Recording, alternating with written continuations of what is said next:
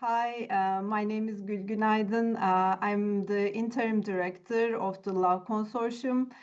Today, I'm really excited to be talking with Marta Kowal about her fascinating cross-cultural data set on love and mate preferences. Thanks so much for joining us, Marta. It's really wonderful to have you. It's pleasure is all mine. Hi. Could you tell us a bit about yourself? As you know, my name is Marta Kowal, and I'm a psychological researcher from the University of Wrocław from Poland.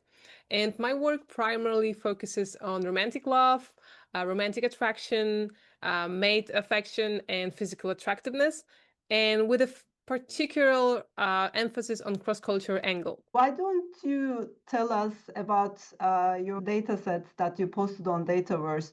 What was the design, the procedure, some constructs that you measured?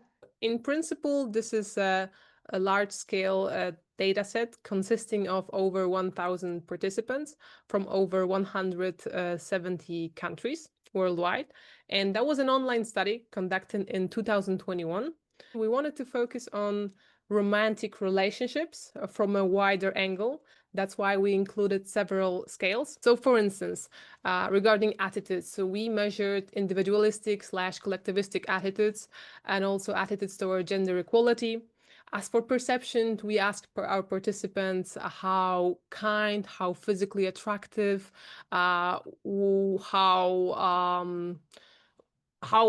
is their health, and all of that questions pertain to the participants, as well as the behavioral questions, including what they did to improve their physical attractiveness and stuff like that. So that was the participants' self questions, but we also asked those who were non-single, who had a partner, romantic partner, some questions about the partner.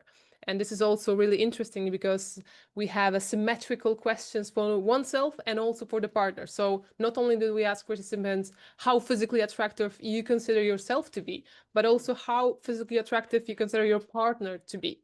So this allows for a multitude of comparisons and different models and different questions one would like to ask. Obviously, as I mentioned, romantic love, that was an important part of our survey. So we ask our participants how intensely they love their romantic partner. What do you think makes this data set stand out? I think what makes this data set stand out is that data from many participants.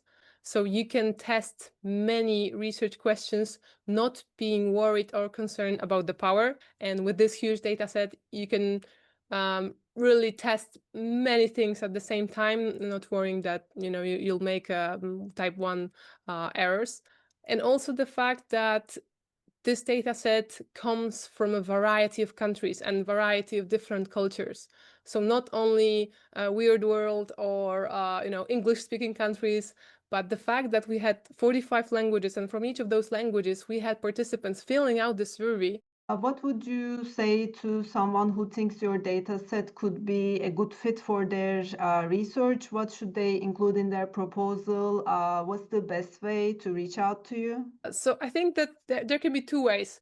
Like first way could be you can simply be self-sufficient and you can, the data and the descriptions, everything is in open access. So you can serve yourself and you can come here, look, and you can also write to me an email asking if, like telling more about your research questions and what you want to do. And I'm happy to help because I've spent literally thousands of hours on this data set and on this study, probably too many to count, but I'm happy to help. And if anyone wants to cooperate with me, I can definitely provide my insight and my help navigating through the data set. What I learned is that you can do something alone, but if you do it with others, it can be bigger, better, and TLC can enable you to find other people who are also willing to contribute and to work with you, and that can speed up the process of